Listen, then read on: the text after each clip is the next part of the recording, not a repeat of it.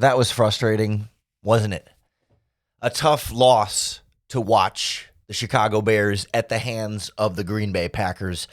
A lot of blame to go around, a lot of fingers to point. Very few players or coaches can come away feeling good about that one, but we'll find some positives to take away from this game, too. You are Locked On Bears, your daily Chicago Bears podcast. Part of the Locked On Podcast Network, your team every day.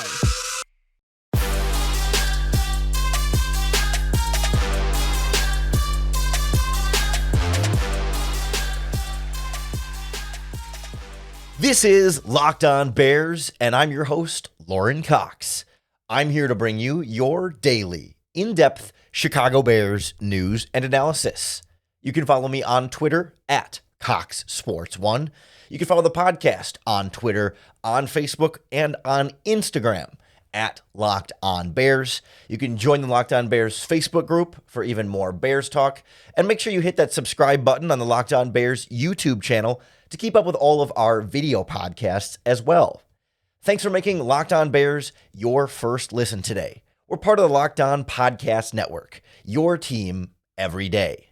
Today's episode is brought to you by LinkedIn.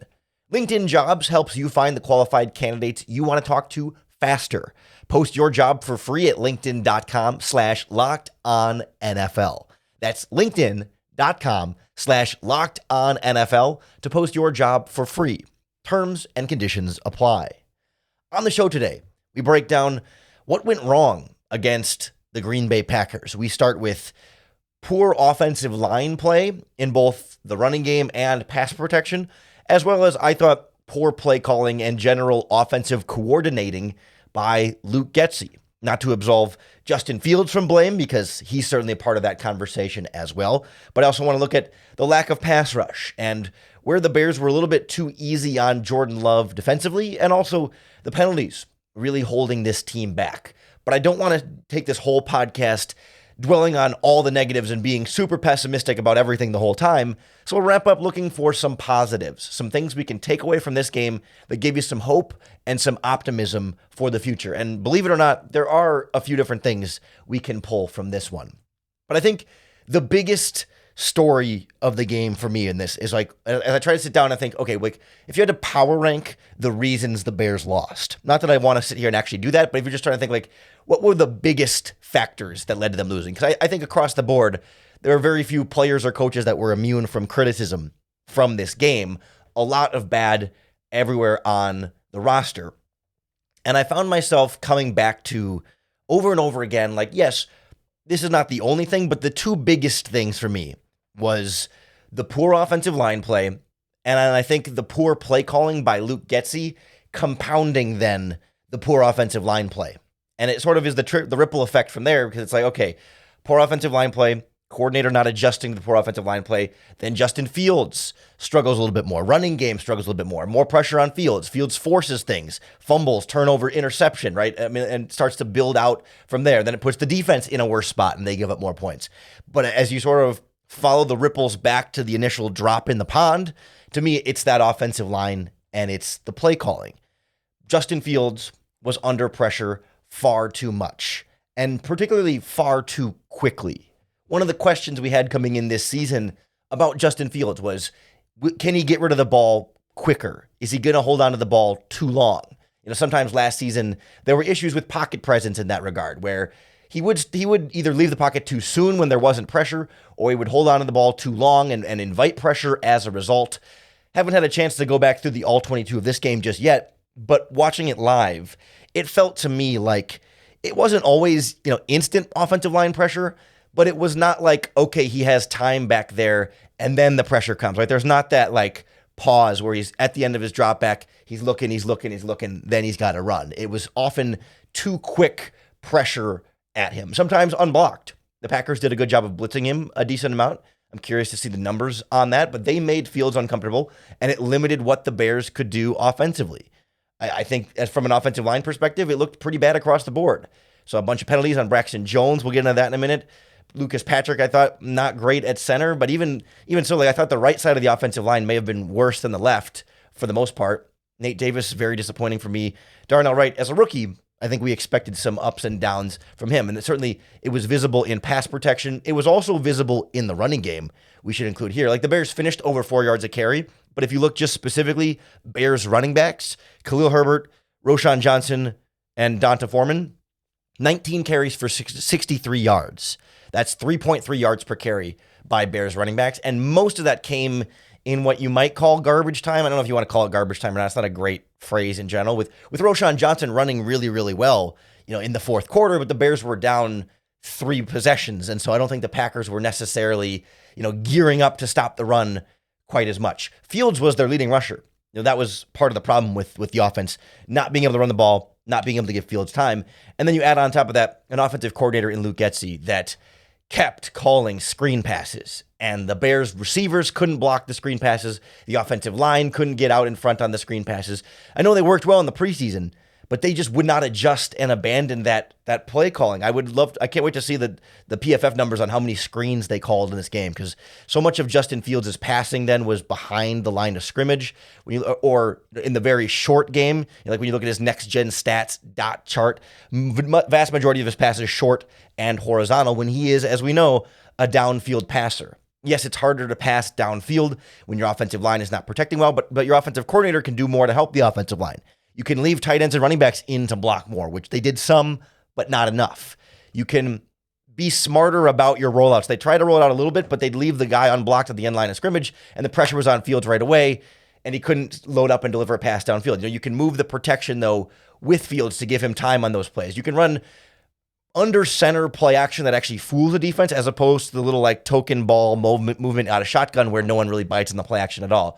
It just felt to me like uncreative play calling, and not play calling that adjusted to the struggles that your offensive line was having, and not helping your quarterback be in a position to be successful. So a lot of the blame on Luke Getsy, but also a lot of the blame on the individual offensive linemen not blocking well. The penalties from them were a big part of this game, and Fields made mistakes too. Terrible interception was a pick 6, and not a good decision. He admitted that after the game. The fumble was also not something you can have punched out kind of from behind there. Fields also did a lot of good stuff too, and we'll get to some of the positives a little bit later on in the podcast. But like I said, not all offensive line and play calling. I think that's where it starts, but you can't just focus all the blame on them and forget about the other areas where this team struggled. We'll look at the lack of the pass rush, some of the issues they had in coverage, as well as a little more detail on the penalties, because I think a couple things stand out there as well. Next on Locked On Bears. The Locked On Bears podcast is brought to you by our friends at LinkedIn Jobs. These days, every new potential hire can feel like a high-stakes wager for your small business. You want to be 100% sure that you have access to the best qualified candidates available, and that's why you have to check out LinkedIn Jobs, because they help you find the right people for your team faster and for free. I know after this week 1 game, a lot of Bears fans are wondering whether the Bears found the right people for their team. Some questions about guys out there playing significant playing time and not getting the type of production that you want from them. The Bears can't find their football players on LinkedIn, but if you want the right people for your team, LinkedIn is the place to do it. You can use simple screening tools like questions and other filters to find just the right people to focus on candidates for your job. It's why small businesses rate LinkedIn Jobs #1 in delivering quality hires compared to their leading competitors. LinkedIn helps you find the qualified candidates you want to talk to faster. Post your job for free at linkedin.com/lockedonnfl. That's linkedin.com/lockedonnfl to post your job for free. Terms and conditions apply. I thought the final score, for the most part, didn't fully reflect the job done by this Bears defense. It was not a great performance defensively by any means, but I don't think it was a 38-point defensive performance there. I mean, obviously the pick 6 is 7 of those points, so it'd be 31 points really given up by this Bears defense. But the fumble also put the Packers offense in really good field position, and certainly kind of got away from them a bit in the second half. But turnovers and penalties and stuff certainly made the defense's job a little bit more difficult. I'm not here to just defend and say the defense had a great job too, but starting off sort of compliment sandwich here, right? Defense did some good things, but there was, first of all, a lack of pass rush. And I think part of why I put this a little bit lower on the blame culprits in this game as compared to the offensive line and play caller is because we knew the pass rush would be a problem. Like we came into this game knowing they got Ngakoue and hope somebody else steps up. And the pass rush played like about exactly how you might expect, or I would have expected it to in this game. Like, yeah, Ngakoue got a sack in there. A couple other quarterback hits, I think, were credited to DeMarcus Walker and Andrew Billings. But for the most part, Jordan Love dropped back, had a decent amount of time to throw. Occasionally pressure. It wasn't like he had 6, 7, 8 seconds in there all day. And the Bears did a good job of collapsing the pocket vertically a little bit, so there wasn't as much room to step up. But he wasn't flushed out a ton. He wasn't hit a ton. Certainly wasn't sacked a ton. Wasn't disrupted a ton. He was able to kind of sit back there and feel like he could kind of do what he wants, see the field the way he wanted to. And the Packers offense also gets rid of the ball a little bit more quickly in general. So, the lack of pass rush certainly made Love's job a bit easier and helped him be a bit more comfortable back there than you would have liked to see from him. I found myself almost more frustrated defensively, like because the pass rush thing was expected, but I found myself more frustrated a little bit with the third down defense in particular, that the Bears would make a nice, tackle for a short gain on first down and maybe stop a run on second down, and it was 3rd and 10, 3rd and 12, 3rd and 8, and you're like, all right, these are tough down and distance situations for Jordan Love, throwing to rookie and second-year wide receivers who've never done anything in the NFL, and yet, time after time again, did you notice where he would go on those third downs? In breaking routes over the middle of the field. Usually it's an intermediate dig route. Sometimes it was a crossing route, a slant. But they would take a receiver, run him over the middle, and that's where Jordan Love would hit him like every single time, over and over and over again.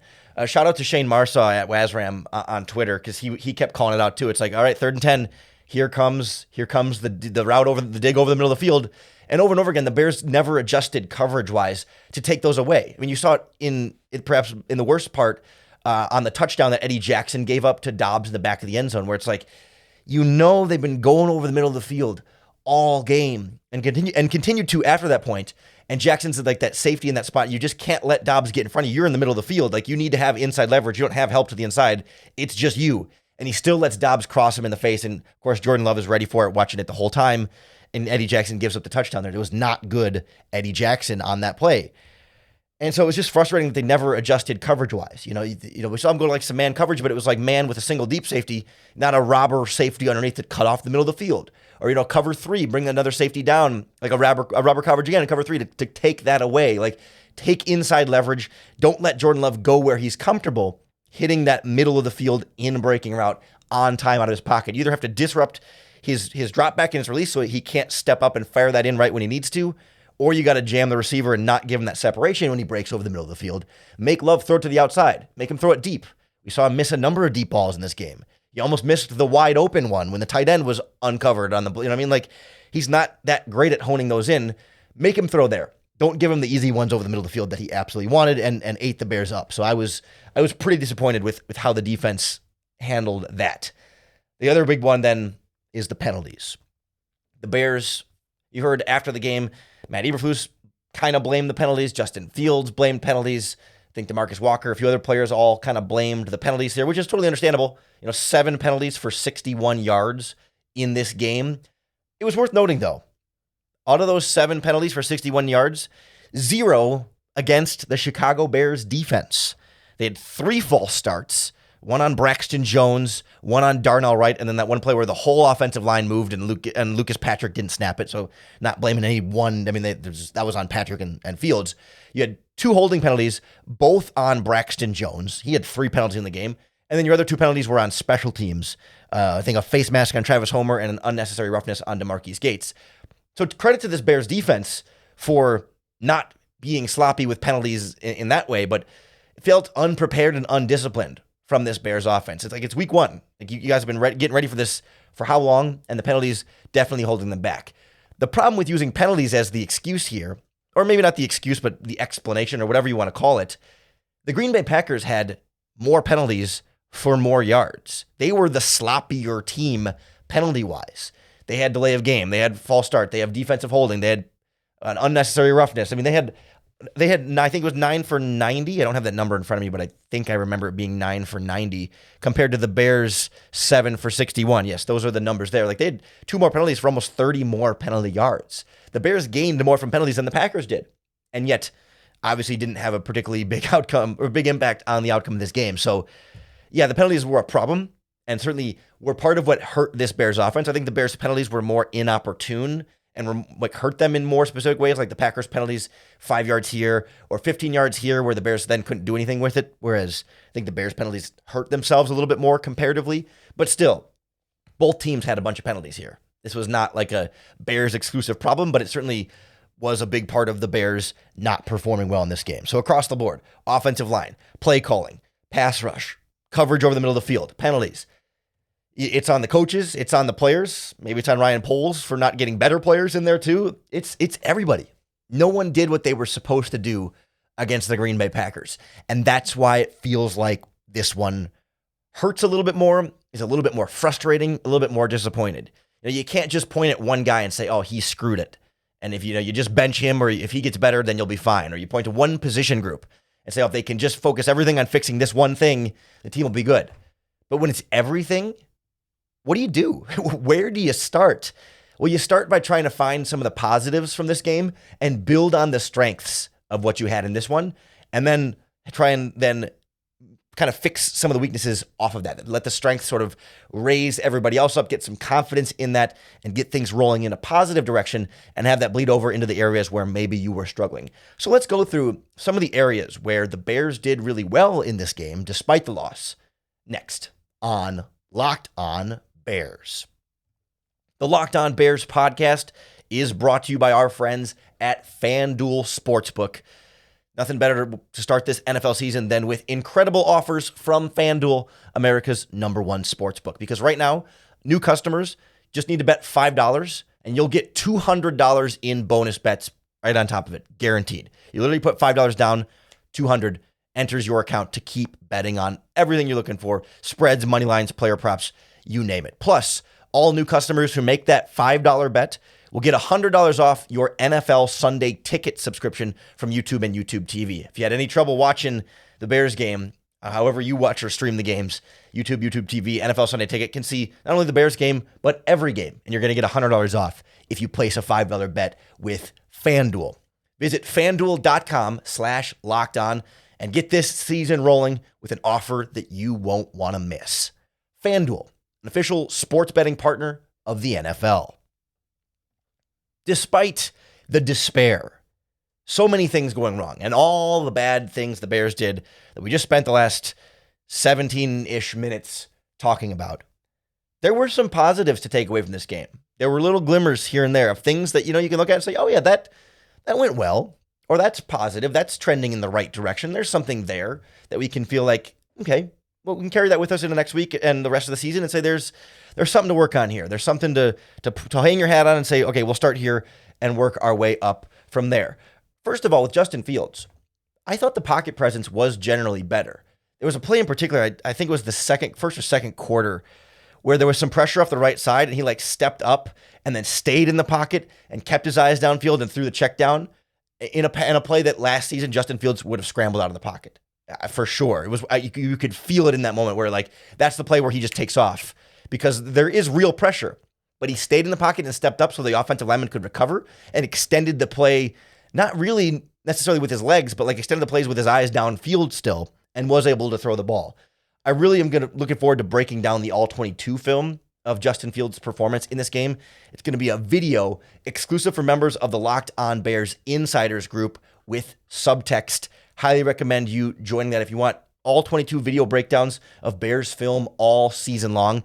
Join subtext.com/lockedonbears. We're also going to have exclusive charting on how Justin Fields does versus different coverages, on different routes, all sorts of in-depth breakdowns and data on the team, plus all 22 games of every game this season, and then individual breakdowns where we're drawing on the screen, we're breaking down the plays, and we're learning a lot about the Chicago Bears players. It's $4.99 a month, and it gives you exclusive access to text me directly, one-on-one text conversation to ask your questions and your comments. I was chatting with Locked On Bears insiders throughout the game. We were texting back and forth about our frustrations with Luke Getsy and the lack of the pass rush, and it's a lot of fun to kind of have that conversation going. Join subtext.com/lockedonbears if you want to become part of that exclusive group of diehards that follow this podcast.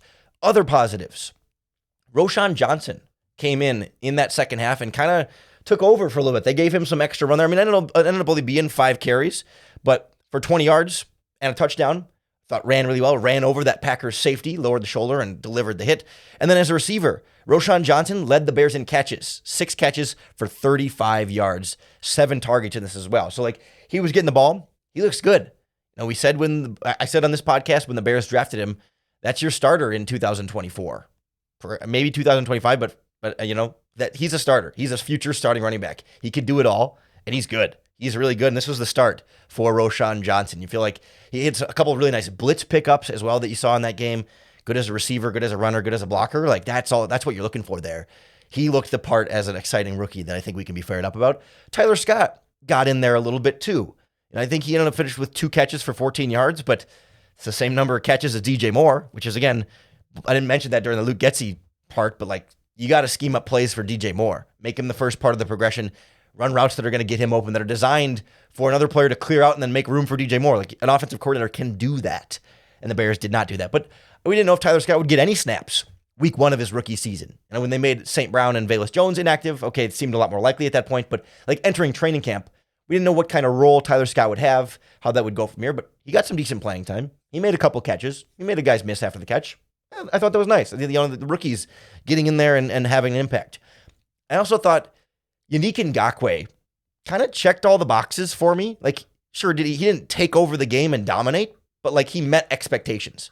They signed Ngakoue, and we were thinking, okay, he's got to come in, get sacks, maybe make a couple of big plays. He got a sack and 2 tackles for loss. I mean, sure, he was unblocked in the running play, but like, good instincts to be there, and he was involved in the running game and not a total liability there. He got the sack on Jordan Love. Like, if you ignore everything else about the game, just look at the box score for Yannick Ngakoue. 4 tackles, 1 sack, 2 tackles for loss on a quarterback hit. Sure. That's all I need from him. That you know what I mean? Ideally, that should be good enough from Yannick Ngakoue. Ideally, the rest of your pass rush should be able to kind of handle the rest. If you can go into a game and get a sack, a hit, and a couple tackles for loss from Ngakoue every week, that's all. I mean, that's what you signed him for. And he delivered exactly what you signed him for. It was mostly in the first half. Ideally, the impact plays are spread out a little bit more and you feel the impact a little more. Kind of felt like he disappeared a little bit more in the second half, but like, so did everybody else. I mean, you know what I mean? I'm not mad at Ngakoue. I think he did everything I was looking for him to do in this game, and that's great. The signing right there definitely paid off. And I think the last thing to leave you with as far as hope and positives moving forward is we have seen the Bears coaching staff show the propensity to change, to recognize when they're making mistakes and when they're not putting their guys in the best position to be successful, and then adapt. Last season, it took 5-6 weeks, 4, 5, 6 weeks in there when they changed the offense, to go against New England and then Miami and went on that nice run offensively. Yeah, it took 4 or 5 games of them figuring out that it wasn't working, but they did change. And that tells us that they can recognize when things aren't working, and they can adapt and then make things work with the guys that they have. This game felt like trying to still fit square pegs in round holes again. It kind of feels like where we started last year, where maybe Getsy in the offense has this idea of what he wants it to look like and then tries it with the players, and it doesn't quite work because the skill set just doesn't quite fit the way he wants it to. And so then you need to change that and do what's going to work best for these players, not what you want to do, but what's going to work best for them. And the fact that we've seen him do it before suggests that they can do it again if this keeps not working. As compared to like the Matt Nagy regime, where we're running my system no matter what with these guys, and they wouldn't adapt to the players, and it was always trying to fit everybody to do what Matt Nagy wanted to do, the curl routes, the short passing, all the things that didn't work well for Justin Fields. He wouldn't adapt to his players, and he was stubborn about it and never changed until like switching to Bill Lazor late in the season when it was too late to fix anything anyway.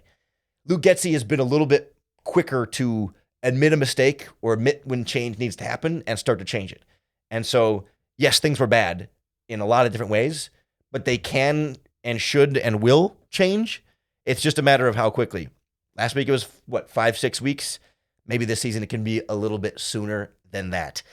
We're going to go even more in depth on this Bears-Packers game on tomorrow's podcast episode. If we get the All-22 film on Monday, as I'm expecting, then we can go a little bit deeper on like, okay, what was going on with Braxton Jones' offensive line? What were the Packers doing Were they blitzing a lot? What kind of coverages were they in? Were receivers open downfield when field was under pressure? We can start to answer some of these questions that we couldn't just get from the broadcast. So make sure you come back tomorrow as we break down the film of this Bears game and get really more in depth on what actually went wrong in this game. You got to subscribe then wherever you're listening to the podcast right now or on YouTube, because that's going to be the best way to keep up with all of our videos as well. Appreciate everyone who makes Locked On Bears your first listen today and every day, especially our Locked On Bears insiders, who I know are some of the first people to tune in every day. We love hearing from them as well.